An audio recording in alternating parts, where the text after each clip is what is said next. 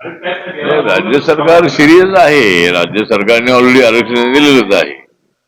Already त्यांच्या मागणीनंतरच 10% आरक्षण राज्य सरकारच्या वतीने देण्यात आलेलं आहे. एमपीएससी ची एक्झाम आहे. बँकांच्या नाहीत पण स्टेट राज्याच्या अधिकारामध्ये येणारे जे काही इन्स्टिट्यूट आहे त्या ठिकाणी आरक्षण दिलेलंच आहे. आणि आता कुणबी नसताना त्यांना आरक्षण द्या अशा पद्धतीची मागणी असेल तर त्याला राज्य सरकार काही नाही का करू शकत त्याला. त्यामुळं त्यांना कशा पद्धतीनं मराठा समाजाला मॅक्झिमम मदत होऊ शकेल या दृष्टिकोनातून सरकार सिरियस आहे.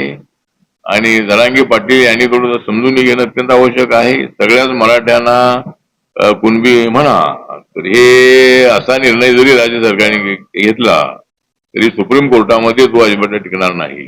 त्यामुळं सगळ्या मराठा समाजाला कुणबी म्हणता येणार नाही आहे. पण जरांगे पाटील यांच्या आंदोलनाला मराठा समाज आरक्षणाला आमचा पाठिंबाच आहे. आमचा त्याला विरोध अजिबात नाही आहे. पण आता जर त्यांचं आंदोलन आजपासून सुरू होत आहे तर एक बैठक ही मुख्यमंत्र्यांच्या सोबत डेप्युटी मुख्यमंत्री दोन आहेत आणि एकत्रितपणे चर्चा करावी. त्यांच्या ज्या मागण्या आहेत त्यामधल्या केसेस मागे घ्यायची एक त्यांची मागणी आहे. त्यानंतर ते म्हणतात की ते ज्यांना कुणबीच हे सर्टिफिकेट मिळाले त्याच्या सगळ्या सोयऱ्यांना द्या. तर त्यांना सगळ्या सोयऱ्यांना द्या पण त्यांचं जोपर्यंत व्हॅलिडिटी किंवा ते जातीचा दाखला मिळत नाही आहे तोपर्यंत त्यांना ते देता येणार नाही. पण त्यासाठी राज्य सरकारने ताबडतोब बैठक बोलवावी.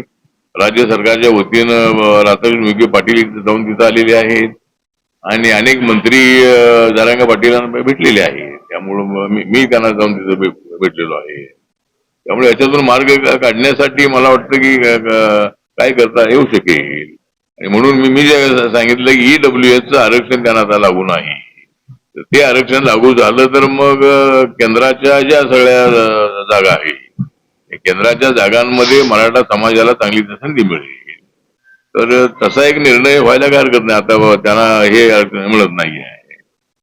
पण ज्यांच्या कुणबी नोंदी आहेत त्यांना ओबीसी म्हणून आरक्षण द्यायला हवं ही आमची सुद्धा मागणी आहे.